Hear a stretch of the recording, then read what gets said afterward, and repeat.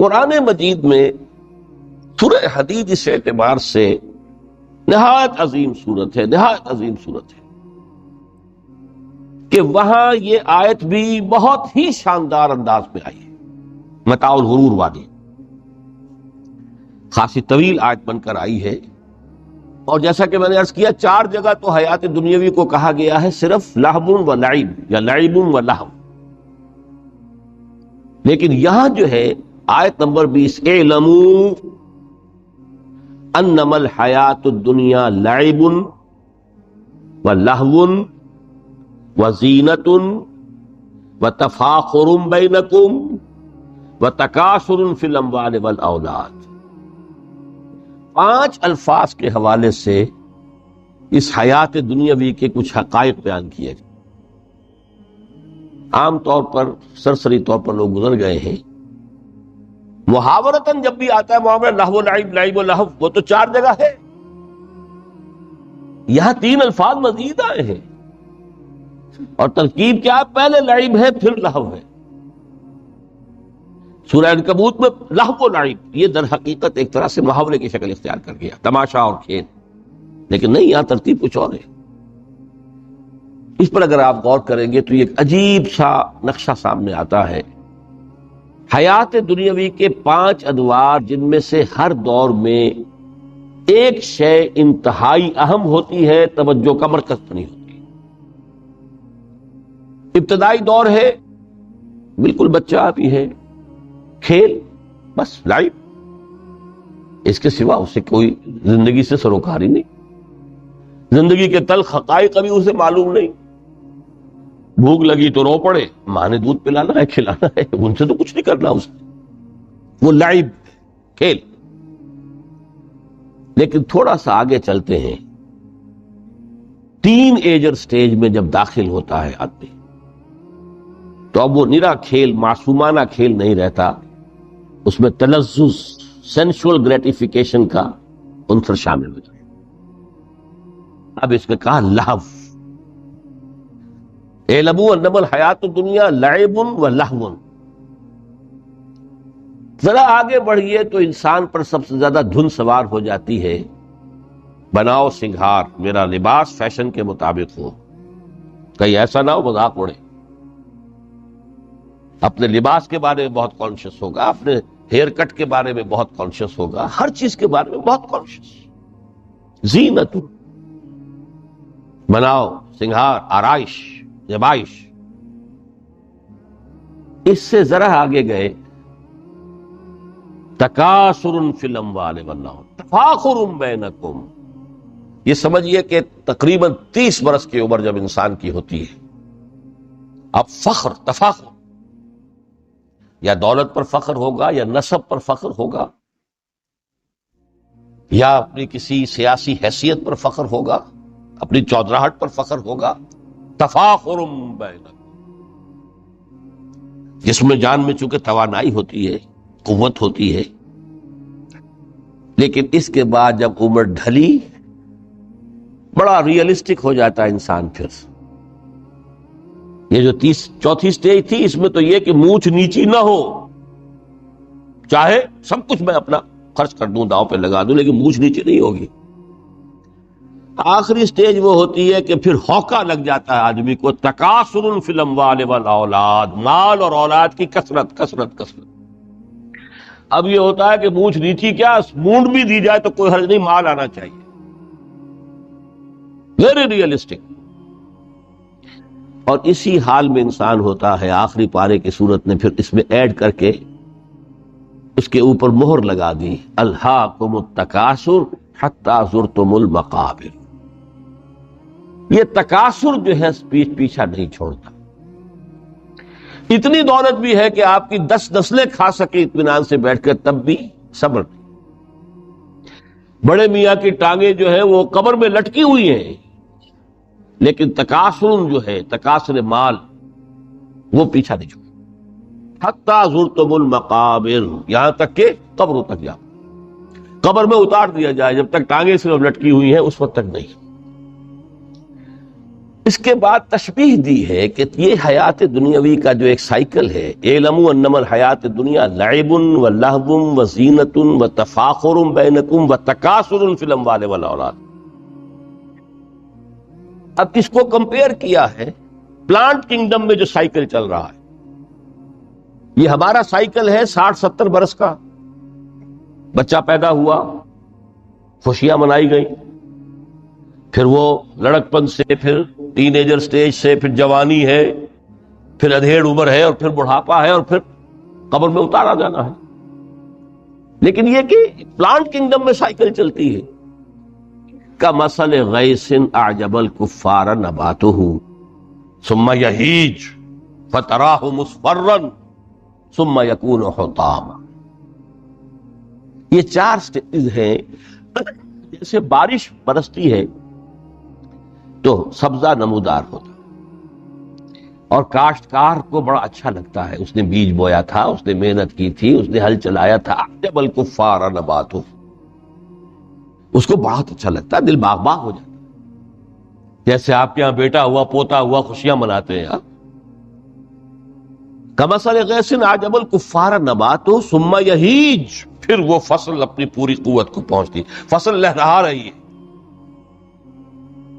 فتراہ مصفرا، پھر وہ زرد ہو جاتی ہے. وہ ہریاول اب ختم ہوئی، اب فصل پک گئی ہے، اب وہ زردی پر آ گئی ہے. ثم یکون حطاما، پھر وقت آتا ہے اگر وہ خضرو گھاس ہے تو پھر وہ چورا چورا ہو کر پھر وہ مٹی میں مل جاتی ہے. اور اگر فصل ہے تو کھیتی کٹ گئی، اس کے بعد کیا رہ گیا وہاں؟ وہ چورا ہی رہ جاتا ہے باقی. یہ لائف کا سائیکل چل رہا ہے، 3 مہینے کا ہو، 4 مہینے کا ہو. یہ ہے پلانٹ کنگڈم کا. وہ ہے سائیکل انسانی زندگی کا. اب فرمائی ٹیپ کی بات جو ہے، وَفِي الْآخِرَةِ عَذَابٌ شَدِيدٌ وَمَغْفِرَةٌ مِّنَ اللَّهِ وَرِضْوَانٌ. دیکھو دنیا کی زندگی تو ان سٹیجز سے ہو کر گزر ہی جاتی. جو پیدا ہوا ہے اس پر بڑھاپا بھی آئے گا، موت بھی. کل نفس ذائقۃ الموت، جو سورہ آل عمران کی 185ویں آیت کا پہلا جملہ. ہر انسان کو جو پیدا ہوا موت آ گئی. اب یہ ہے کہ وہ کہیں آپ نے محل میں گزار لی زندگی، کسی کٹیا میں گزار لی زندگی، کسی کی فٹ پاتھ پر گزر گئی زندگی. زندگی گزر جاتی ہے، گزرتی ہے، اور ان 5 سٹیجز میں سے ہو کر گزرتی ہے. آپ گندی گلیوں میں بچوں کو کھیلتے ہوئے دیکھتے ہیں، وہ بھی کھیل رہے ہوتے، نالیوں کے پانی کے اندر کھیل رہے ہوتے، ان کا بھی کھیل ہے. گندے جوہڑ میں کھیل رہے ہوتے. وہ تو ہے زندگی کی وہ سٹیج جو ہے کھیل کی ہے. کسی کے پاس بڑے قیمتی کھلونے ہیں، ان سے کھیل رہا ہے، کوئی اس طرح گلی ڈنڈا کھیل رہا ہے یا کچھ اور کھیل رہا ہے. لیکن وہ 5 سٹیجز تو آئیں گی. اعلموا انما الحیات الدنیا لعب ولہو وزینۃ وتفاخر بینکم وتکاثر فی الاموال والاولاد. کمثل غیث اعجب الکفار نباتہ ثم یہیج فتراہ مصفرا ثم یکون حطاما وفی الآخرۃ عذاب شدید ومغفرۃ من اللہ ورضوان. آخرت میں جا کر یہ بائیفرکیشن ہو جانی ہے، یا تو شدید عذاب اور یا اللہ کی مغفرت اور رضا. Now the choice is yours. اما شاکرا و اما کفورا، فیصلہ اب تم خود کرو. وما الحیات الدنیا الا متاع الغرور. یہاں بھی آخری الفاظ وہ ہے کہ دنیا کی زندگی دھوکے کے سوا کچھ نہیں. کیوں؟ اگر تو دنیا کی زندگی میں گم ہو گئے، جیسے کہ اقبال نے کہا ہے کہ کافر کی یہ پہچان کے آفاق میں گم ہے، اور مومن کی یہ پہچان کے گم اس میں ہے آفاق. دنیا میں رہو، طالب دنیا نہ بنو، طالب عقبہ، طالب آخرہ.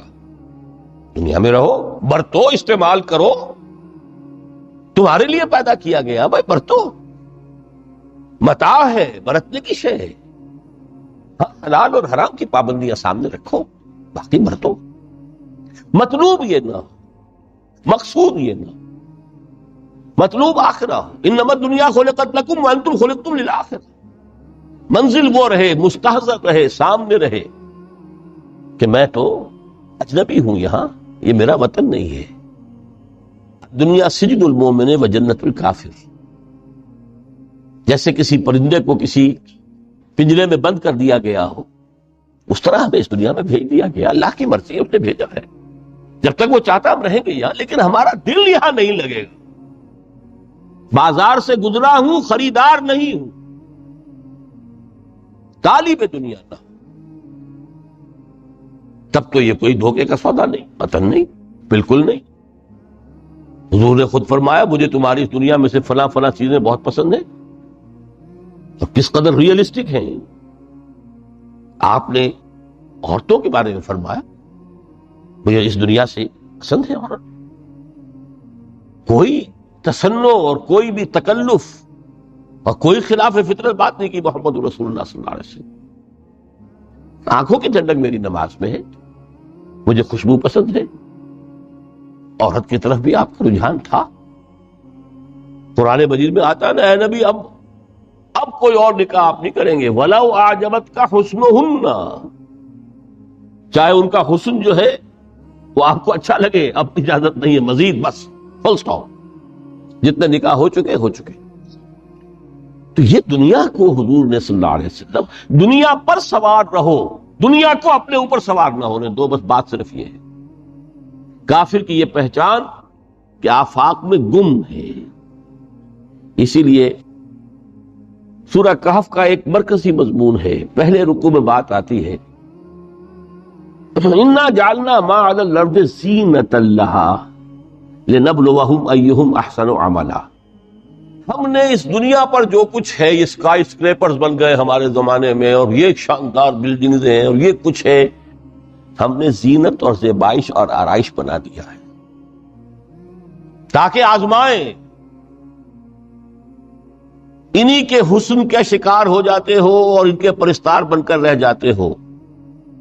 رخ روشن کے آگے شمع رکھ کر وہ یہ کہتے ہیں ادھر جاتا ہے دیکھیں یا ادھر پروانہ آتا ہے. پھر بھی اللہ ہی کے عاشق بنے رہو، اللہ ہی سے محبت کرو تو کامیاب ہو گئے. دنیا کو برتو. اگر دنیا یہ عروس ہزار داماد جو ہے، اگر کہیں یہ محبوبہ بن گئی تو گئے، ختم. اچھا دیکھیے اس سورہ حدید میں اب یہ دنیا کی حقیقت کو اس طرح بیان کر کے دو نتیجے جو اس سے نکلتے ہیں ان کو علیحدہ علیحدہ بیان کر دیا. ایک نتیجہ جو میں بیان کر چکا، رہبانیت، ترک دنیا، اس کی نفی کرتے ہوئے فرمایا وَلَقَدْ أَرْسَلْنَا نُوحًا وَإِبْرَاهِيمَ وَجَعَلْنَا فِي ذُرِّيَّتِهِمَا النُّبُوَّةَ وَالْكِتَابَ فَمِنْهُمْ مُهْتَدٍ وَكَثِيرٌ مِّنْهُمْ فَاسِقُونَ ثُمَّ قَفَّيْنَا عَلَىٰ آثَارِهِمْ بِرُسُلِنَا وَقَفَّيْنَا بِعِيسَى ابْنِ مَرْيَمَ وَآتَيْنَاهُ الْإِنجِيلَ وَجَعَلْنَا فِي قُلُوبِ الَّذِينَ اتَّبَعُوهُ رَأْفَةً وَرَحْمَةً وَرَهْبَانِيَّةً ابْتَدَعُوهَا مَا كَتَبْنَاهَا عَلَيْهِمْ. اصل مضمون یہ تھا جس کے لیے تمہید اتنی لمبی باندھی. ہم نے نوح کو بھیجا، ابراہیم کو بھیجا، ان کی اولاد میں ہی نبوت اور کتاب رکھ دی.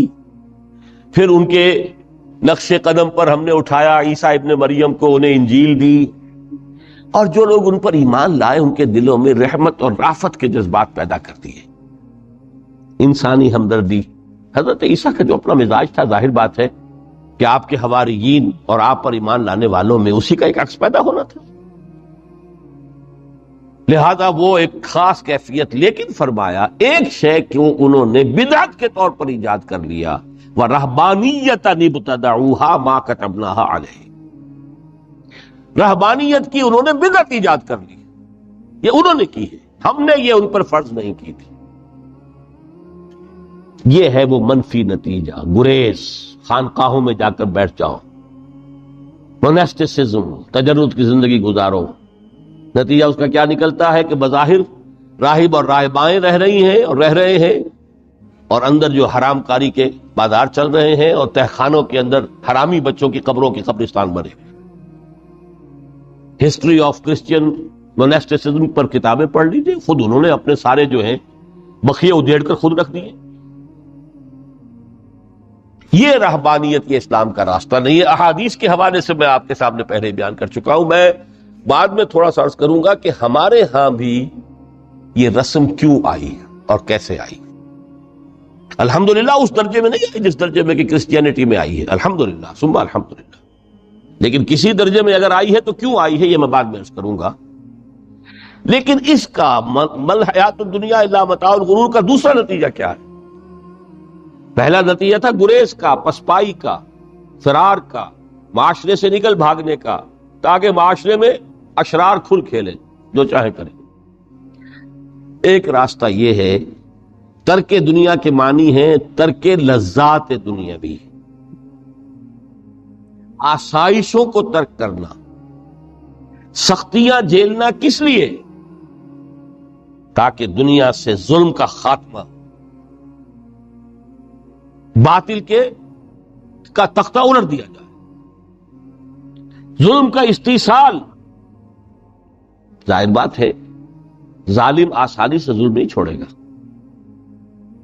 ایکسپلائٹر واضح و نصیحت سے اپنے ایکسپلائٹیشن سے باز نہیں آئے گا۔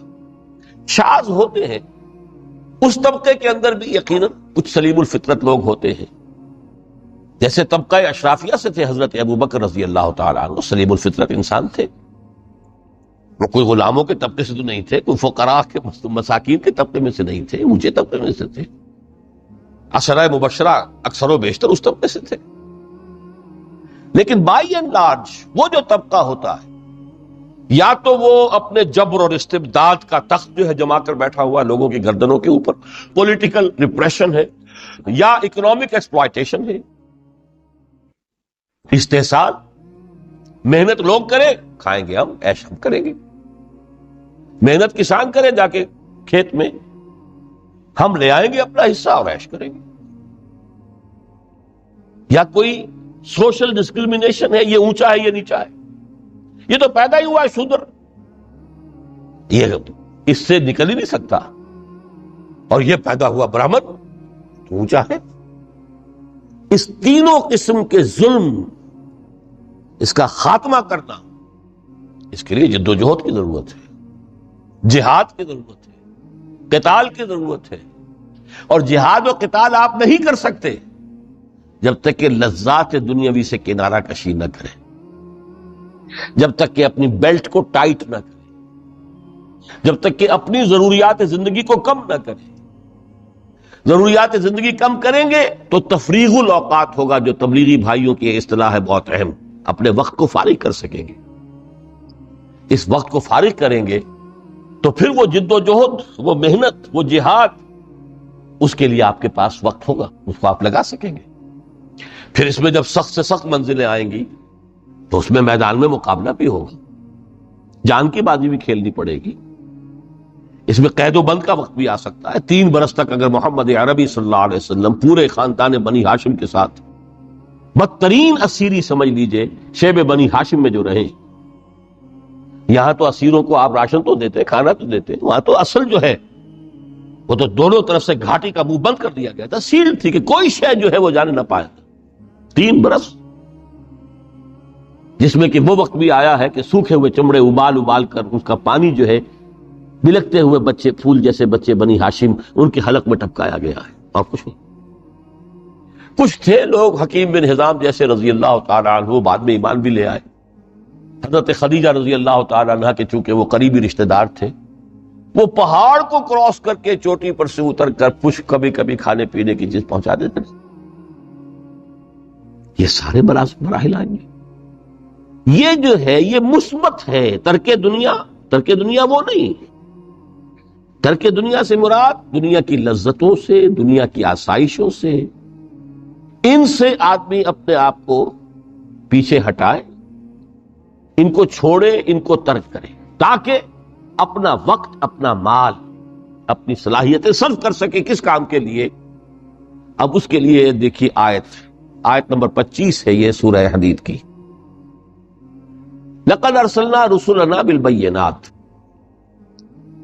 ہم نے اپنے رسولوں کو بھیجا واضح چیزوں کے ساتھ۔ بینہ وہ شے جو از خود ظاہر ہو۔ آفتاب آمد، دلیل آفتاب۔ جب سورج طلوع ہو گیا وہ خود اپنے وجود پر دلیل ہے، اس کے لیے کسی اور اضافی دلیل کی ضرورت نہیں کہ سورج موجود ہے، وہ تو ہے، سب کو نظر آ رہا ہے۔ تو بینات سے مراد معجزے بھی ہیں، اور وہ تعلیم جو ہے بنیادی دین کی، کہ جو فطرت انسانی کی جانی پہچانی ہوئی شے، دونوں پر اس کا اطلاق ہو جائے گا۔ لقد ارسلنا رسلنا بالبینات، وَأَنزَلْنَا مَعَهُمُ الْكِتَابَ وَالْمِيزَانَ، اور ہم نے ان کے ساتھ کتاب اتاری، میزان اتاری۔ یہ سب کچھ کس لیے کیا؟ لِيَقُومَ النَّاسُ بِالْقِسْطِ، تاکہ لوگ عدل پر قائم ہوں۔ یہ ہے سول آبجیکٹو۔ یہ نہیں بس ہماری کتاب پڑھ لیا کرے، ختم قرآن ہو گیا، اللہ اللہ دعا مانگ لی، چھٹی۔ قائم کرو اس کو، وہ میزان عدل نصب کرو، ہر ایک کو وہی تل کر ملے جو اس کا حق ہے، اور ہر ایک سے وہ لیا جائے کہ جو اس کے ذمہ واجب ہے۔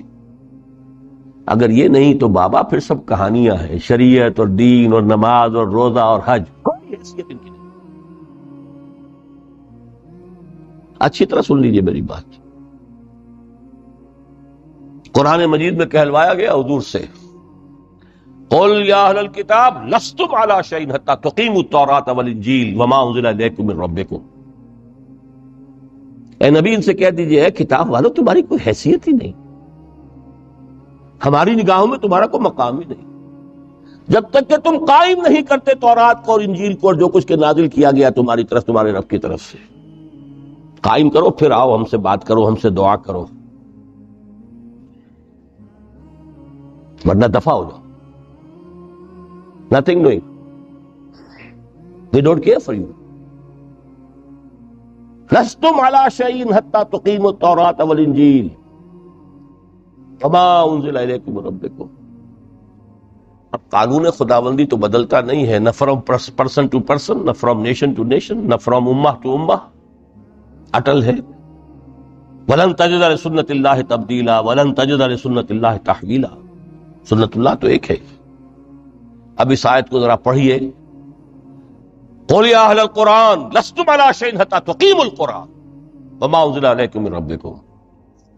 کہہ دو اے محمد کہ اے قرآن والو تمہاری کوئی حیثیت نہیں ہے ہمارے سامنے جب تک کہ تم قرآن کو قائم نہیں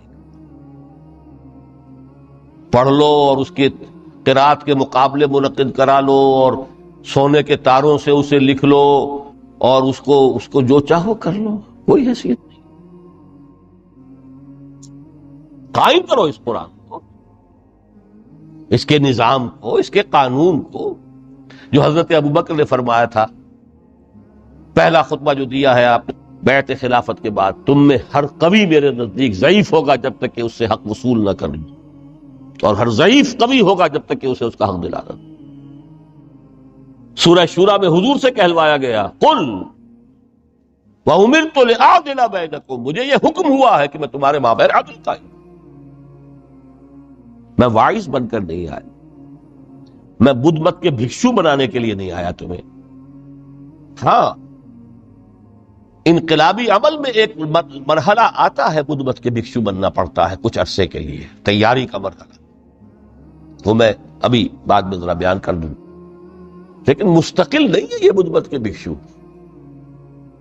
یہ بدماش جس طرح چاہیں کھل کھیلیں، ظالم جس طرح چاہیں لوگوں پر ظلم کرتے رہیں، تشدد اور جبر کا جس طرح سے چاہے معاملہ کرے، استحصالی نظام جس طرح ہوتا ہے چلتا رہے۔ شاہ ولی اللہ دہلوی رحمۃ اللہ علیہ کے الفاظ میں، انسانوں کی عظیم اکثریت ڈھور ڈنگر بن جائے، صبح سے لے کے شام تک کمر توڑ دینے والی مشقت کے بعد بمشکل 2 وقت کی روٹی ملتی ہو، اس کا کبھی خیال اسے اللہ کا آئے گا؟ کبھی اللہ سے لو لگا سکے گا؟ دنیا نے تیری یاد سے بیگانہ کر دیا تو اس سے بھی دل فریب ہے غم روزگار کے۔ اس لیے حضور نے فرمایا کاد الفقر ان یکون کفرا، یہ فقر جو ہے یہ تو انسان کو کفر تک پہنچا دیتا۔ عدل قائم کرو۔ تو دیکھیے یہ آیت انتہائی گمبھیر آیت ہے قرآن مجید کی سورہ حدید کی، جس طرح وہ آیت متاع الغرور والی جس شان کے ساتھ سورہ حدید میں آئی ہے، اعلموا انما الحیات الدنیا لعب ولہو وزینۃ وتفاخر بینکم وتکاثر فی الاموال والاولاد کمثل غیث اعجب الکفار نباتہ ثم یہیج فتراہ مصفرا ثم یکون حطاما وفی الآخرۃ عذاب شدید ومغفرۃ من اللہ ورضوان وما الحیات الدنیا الا متاع الغرور۔ لیکن اس کا نتیجہ کیا نکلنا چاہیے؟ لقد ارسلنا رسلنا بالبینات، وانزلنا معهم الكتاب والمیزان لیقوم الناس بالقسط. Now prepare for the shock. میرے نزدیک، میرے علم کی حد تک شاید دنیا کی کوئی انقلابی کتاب نہ ہو جس نے اس قدر عریاں طور پر کھل کر یہ کہا ہو کہ ظالموں کی سرکوبی کرو، کچلو ان کے سر. وانزلنا الحدید، ہم نے لوہا بھی اتارا ہے. ایک وقت آتا ہے ظلم نہیں ختم ہوتا جب تک کہ لوہے کی طاقت ہاتھ میں نہ آئے. انزلنا الحدید، ہم نے صرف کتاب ہی نہیں اتاری ہے، لوہا بھی اتارا ہے. فیہ باس شدید، اس میں جنگ کی صلاحیت ہے. ومنافع للناس، لوگوں کے لیے کچھ اور منفعتیں بھی ہیں. کوئی توا پرات چمٹا یہ بھی بنا لو، ٹھیک ہے، لیکن اصلاً یہ اسلحہ کے لیے. وانزلنا الحدید، اسی تو سورہ حدید کا نام حدید ہے. فیہ باس شدید ومنافع للناس ولیعلم اللہ من ینصرہ ورسلہ بالغیب. اللہ دیکھنا چاہتا ہے کون ہے اس کے وفادار بندے جو اس لوہے کی طاقت کو ہاتھ میں لے کر مدد کرتے ہیں اس کی اور اس کے رسولوں کی غیب میں ہونے کے باوجود. ان اللہ قوی عزیز، ویسے اللہ قوی ہے، عزیز ہے. آنے واحد میں کفر کو ختم کر دے جب چاہے، آنے واحد میں ظالموں کا ظلم جو ہے وہ ختم کر کے رکھ دے. وہ سب کچھ کر سکتا ہے، لیکن پھر تمہاری آزمائش کیسے ہوگی؟ کیسے معلوم ہوگا ہوز ہو، کس کا کیا مقام تھا، کس کے پاس کتنا یقین کا سرمایہ تھا، کس کے ایمان کی گہرائی اور گہرائی کا کیا عالم تھا، کس نے ہمارے دین کے لیے کیسی کیسی قربانیاں جھیلی ہیں. یہ ہے ترک دنیا جو موسٹ پروفاؤنڈ ہے، نتیجہ خیز ہے، خیر کو وجود میں لانے کے لیے ہے. لیکن اس کی مثالیں موجود ہیں. حضرت مصعب بن عمیر رضی اللہ تعالی عنہ ایام جاہلیت میں کہا جاتا ہے ان کا جوڑا جو ہے شام سے تیار ہو کر آتا تھا. جیسے کبھی مشہور ہے کہ پنڈت نہرو کا بھی کپڑے سل کر آتے تھے پیرس سے. موتی لال نہرو کا بیٹا، اور موتی لال نہرو وہ تھا کہ وائس رائے کی پہلی کار آئی ہے ہندوستان میں تو دوسری کار موتی لال کی آئی. اس کا بیٹا، اس کے کپڑے پیرس سے سل کر آتے. مصعب بن عمیر کے کپڑے شام سے تیار ہو کر آتے، اور وہ ہمیشہ عطر میں بسے ہوئے ہوتے تھے. یہاں سے گزر گئے، معلوم ہوا کہ پوری گلی جو ہے وہ مہک اٹھی. معلوم ہو جائے کہ مصعب گزرا ہے یہاں سے. ایمان لائے محمد رسول اللہ صلی اللہ علیہ وسلم. باپ فوت ہو چکا تھا، اس کی چھوڑی ہوئی دولت تھی، ماں تھی، لیکن وہ خاندان کا نظام، چچا تھا سربراہ، وہ بدترین کافر. اس نے پہلے سمجھایا ہوگا 100 طریقے آزما کے، پھر آخری بار اس نے آزمایا کہ جس دولت کے اوپر تم عیش کر رہے یہ تمہارے مشرک باپ کی دولت ہے، نکل جاؤ گھر سے.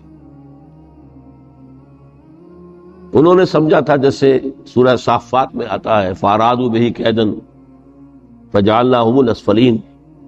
انہوں نے حضرت ابراہیم کے بارے میں سمجھا تھا جب دیکھیں گے کہ آگ تیار ہو رہی ہے اور یہ اس میں مجھے ڈال دیں گے تو سب یہ نشہ حرن ہو جائے گا، یہ توحید وحید سب ہوا ہو جائے گی. لیکن ہوا کیا؟ بے خطر کود پڑا آتش نمرود میں عشق، عقل ہے محو تماشائے لبے بام. اس نے تو یہ دھمکی دی تھی کہ دن میں تارے نظر آ جائیں گے مصعب کو، ناز و نام میں پلا ہوا انسان. اسے کہہ دیا جا نکل جاؤ گھر سے. اٹھ کر چلنے لگے. اس کا تیش جو ہے اور اچھا یہ کپڑے بھی اسی مشرک باپ کے ہیں، اتارو ان سب کو. مادر ذات برہنہ ہو کر گھر سے نکلے. مادر ذات پھر وہی ہے کہ جن کے نام قرائے فال بنا میں من دیوانہ زدند. جب بیعت عقبہ اولا ہوئی ہے، لوگوں نے کہا کہ ہمیں کوئی مقری دیجئے قرآن پڑھانے والا جو ہمیں قرآن پڑھائے. حضور نے فرمایا جاؤ مصعب. وہ مصعب وہاں جا کر مدینے میں المقری بن گئے. جا المقری، وہ آ رہا پڑھانے والا. اور 1 سال کی محنت، دعوت اور تبلیغ اور قرآن کے پڑھانے کے نتیجے میں اگلے سال 75 افراد لا کر حضور کی جھولی میں ڈال دیں. یہ مصعب ہے. شہادت ہوئی ہے غزوہ بدر میں. ایک مرتبہ اس سے پہلے کا واقعہ بھی ہے کہ حضور مسجد میں تشریف فرما تھے، سامنے سے حضرت مصعب گزرے، ایک پھٹا ہوا سا کمبل جسم کے گرد لپیٹا ہوا، حضور کی آنکھوں میں آنسو آ گئے. از کجا تاب کجا، یہ دیوانہ جو ہے اللہ کا اور رسول کا اور دین کا کہاں سے کہاں پہنچا. غزوہ احد میں علم ان کے ہاتھ میں ہے،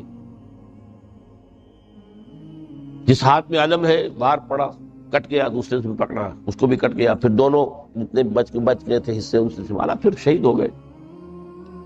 جسم پر صرف ایک چادر تھی، اوپر سے جسم ننگا تھا، صرف ستر کے لیے چادر. دفن کرنے لگے تو مسئلہ یہ پیش آ گیا کہ چونکہ شہید کے تو کفن جو ہے اس کا اپنا جو بھی لباس پہنا ہو شہادت کے وقت، حضور سے کہا گیا کہ حضور مصعب کی چادر تو اتنی چھوٹی ہے کہ سر ڈھانپتے ہیں تو پیر کھل جاتے ہیں، پیر ڈھانپتے ہیں تو سر کھل جاتے ہیں. فرمایا سر کو چادر سے ڈھانپ دو اور پیروں پر اذخر گھاس لا کر ڈھانپ. یہ آخری لباس نصیب ہوا ہے. یہ ترک دنیا ہے. ترک دنیا بئی معنی مثبت عمل کے لیے، جہاد کے لیے، قتال کے لیے، اللہ کی راہ میں جد و جہد کے لیے اپنے معاشی معاملے کو پیچھے رکھنا، کم کرنا، کم سے کم تر کرتے چلے جانا، اور زیادہ سے زیادہ وقت، زیادہ سے زیادہ مال، زیادہ سے زیادہ صلاحیت نکالتے چلے آنا دین کی جد و جہد کے لیے. یہ ہے در حقیقت کہ جو ترک دنیا ہے پروفاؤنڈ، نتیجہ خیز ظلم کے استحصال کے لیے، حق کا مول بالا کرنے کے لیے، عدل کے نظام کو برپا کرنے کے لیے یہ جد و جہد کی جائے. یہ ہے مثبت نتیجہ کہ جس کی طرف قرآن ہمیں لانا چاہتا ہے. ورنہ آج اقبال نے جو کہا کہ اسی قرآن میں ہے اب ترک جہاں کی تعلیم، جس نے مومن کو بنایا مہو پرویں کا امیر. ہمارے ہاں بھی وہ خانقاہی نظام آیا، اگرچہ اس درجے نہیں آیا، یہ واقعہ ہے. کرسچین منسٹسزم نے جس طرح کی شکلیں اختیار کی تھی وہ ہمارے یہاں نہیں آیا. اللہ کا فضل ہے، اللہ کا شکر ہے، لیکن آیا ضرور ہے. وہ چیزیں مراقبے ہیں، ذکر ہیں، اشغال ہیں، پھر یہ کہ اس کے لیے یہ لطائف ہیں جہاں حضور نے نہیں سکھایا کہ 5 لطائف ہیں، 6 لطائف ہیں، ہر ایک کی کوئی روشنی علیحدہ ہے، کوئی نیلی ہے، کوئی پیلی ہے. ٹھیک ہے، ہوگی، میں یہ نہیں کہتا کہ نہیں ہے. آکلٹ سائنسز کی اپنی ایک حقیقت ہے، لیکن ہمیں اس سے روک دیا گیا. یہ چیزیں ہمارے ہاں کیوں آئی ہیں؟ یہ ہے اصل میں کچھ لوگ جو اس پورے تصوف کے سلسلے کو کہہ دیتے ہیں کہ یہ ہے ہی خلاف اسلام اور یہ غلط ہے اور یہ بالکل ایک نیا دین ہے. نہیں، یہ بات پوری ہمدردی کے ساتھ سمجھنا چاہیے کہ یہ کیوں آیا. دیکھیے، اصل جو سلوک محمدی تھا صلی اللہ علیہ وسلم، جو تصوف محمدی تھا، وہ تو یہ تھا جہاد، دعوت، جہاد، دین کا غلبہ، تن من دھن لگا دو.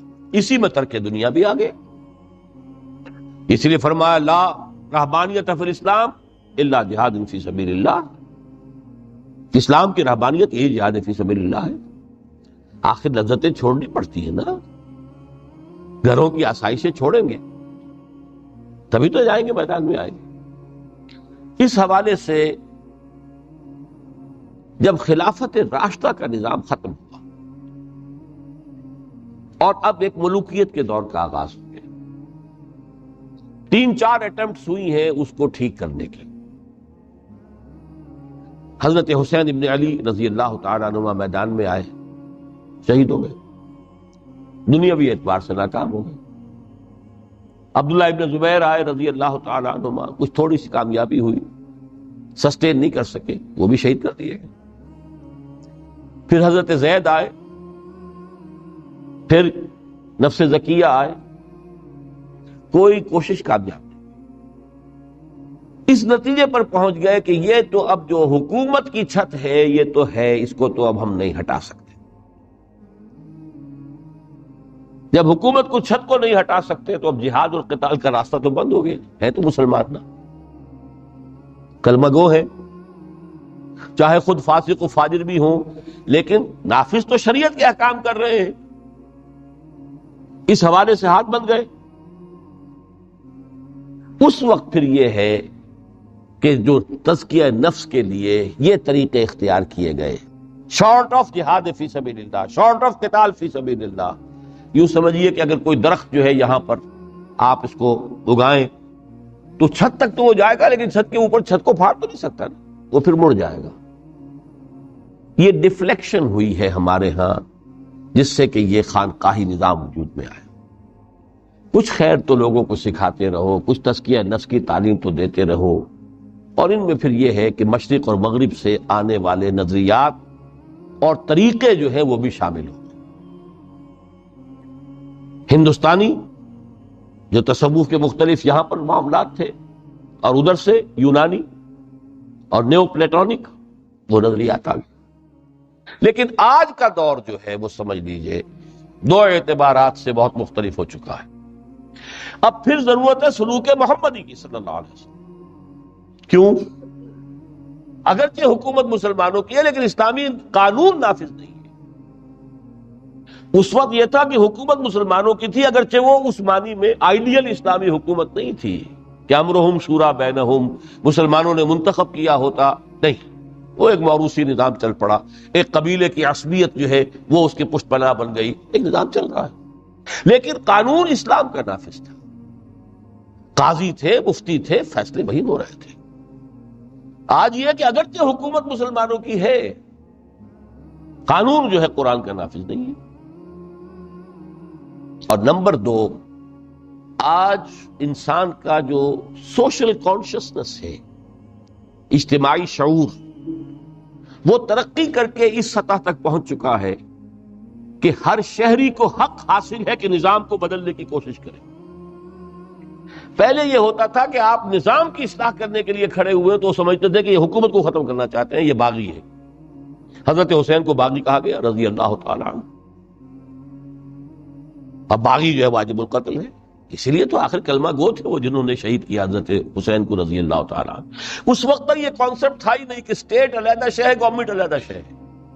وی are against the government, not against the state.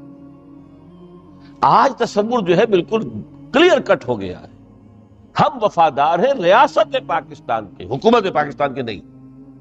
حکومت پاکستان کو بدلنا ہمارا حق ہے، اور اس بدلنے کے دو طریقے ہیں، یا ایک انتخابات کا ذریعہ ہے یا پھر ایجیٹیشن کا ذریعہ ہے، بشرطے کہ ایجیٹیشن پیسفل ہو، توڑ پھوڑ نہ ہو، کسی کی جان اور مال اور پراپرٹی کو کوئی نقصان نہ پہنچایا جائے، خود مرنے کو تیار ہو جائے، گولیاں چلیں، جیلوں میں جائیں، ایجیٹیٹ کریں، اگر جیلیں بھر جائیں گی، اگر گولیاں مار مار کر جو ہے فوج ایک وقت میں آ کر کہہ دے گی، جیسے کہ بھٹو کے زمانے میں کہہ دیا تھا، جبکہ اس نے کہا تھا میری کرسی بہت مضبوط ہے، لیکن جب بریگیڈیئر محمد اشرف گوندل ہی ٹک دی لیڈ، پھر 3 اور آگے بریگیڈیئر ان کے ساتھ مل گئے، we are going to shoot no more, go and have a political settlement. اپنی قوم کے اوپر کہاں تک ہم گولیاں برسائیں گے؟ Who are they?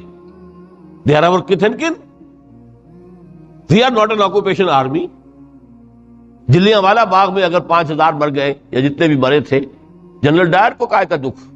وہ ہندو تھے یا مسلمان تھے یا سکھ تھے، ہندوستانی تھے۔ کہ یہاں تو جن کو ہم مار رہے ہیں وہ کون ہے؟ پاکستانی ہے۔ ہو سکتا ہے جو گولی چلا رہا ہے اسی کا کوئی بھانجا بھتیجا جو ہے اس موب کے اندر موجود ہے سامنے۔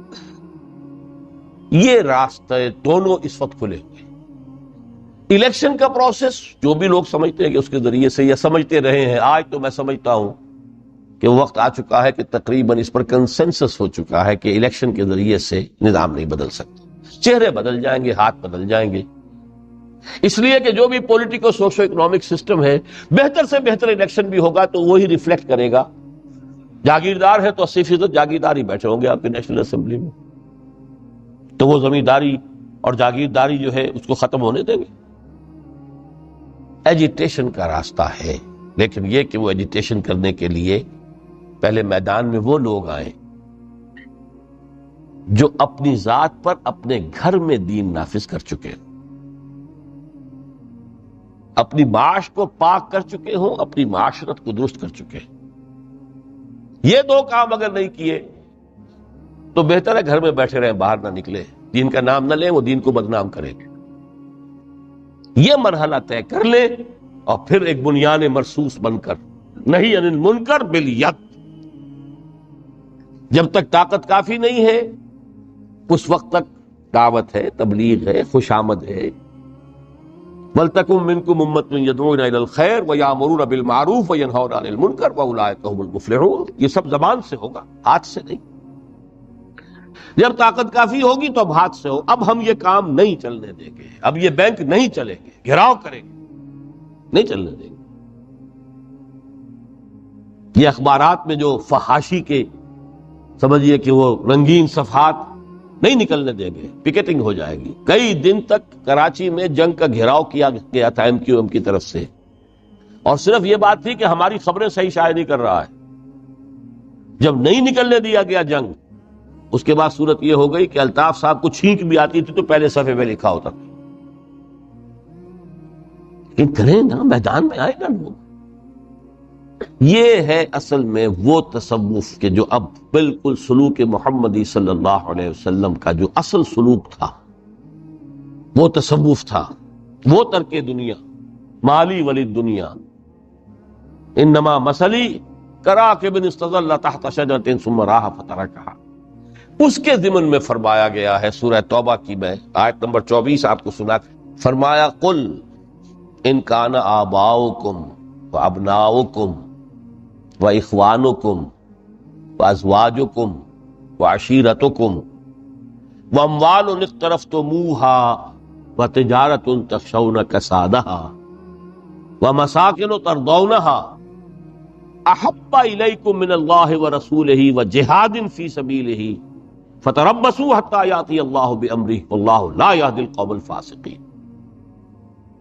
اے نبی ان سے کہہ دیجئے، لوگو اگر تمہیں اپنے باپ اور اپنے بیٹے اور اپنے بھائی اور اپنی بیویاں یا بیویوں کے لیے شوہر اور اپنے رشتہ دار اور وہ مال جو تم نے بڑی محنت سے جمع کیے ہیں اور وہ کاروبار جن کی کساد کا تمہیں اندیشہ رہتا ہے کہیں مندہ نہ ہو جائے، اور وہ بلڈنگیں، وہ حویلیاں، وہ کوٹھیاں جو تمہیں بڑی پسند ہیں، بہت چاؤ سے بنائی ہیں، ڈیکوریٹ کی ہیں، ڈیکوریشن پیسز کہاں کہاں سے لا کر ڈرائنگ روم میں رکھے ہیں، اگر یہ 8 چیزیں محبوب تر ہیں اللہ سے اور اس کے رسول سے اور اس کی راہ میں جہاد سے، فتربصوا، تو جاؤ انتظار کرو، دفع ہو جاؤ، بیٹھو ادھر، حتی یاتی اللہ بامرہ، یہاں تک کہ اللہ اپنا فیصلہ سنا دے۔ واللہ لا یہدی القوم الفاسقین، اللہ ایسے فاسقوں کو ہدایت نہیں دیتا۔ یہ ہے ترک دنیا۔ یہ ساری محبتیں جو ہے جیسے علامہ اقبال نے کہا، یہ مال و دولت دنیا، یہ رشتہ و پیوند، بتان وہم و گما لا الہ الا اللہ۔ مال و دولت دنیا کی 3 چیزیں لے لی، وہ مال جو تم نے جمع کیے، ایسیٹس تمہارے،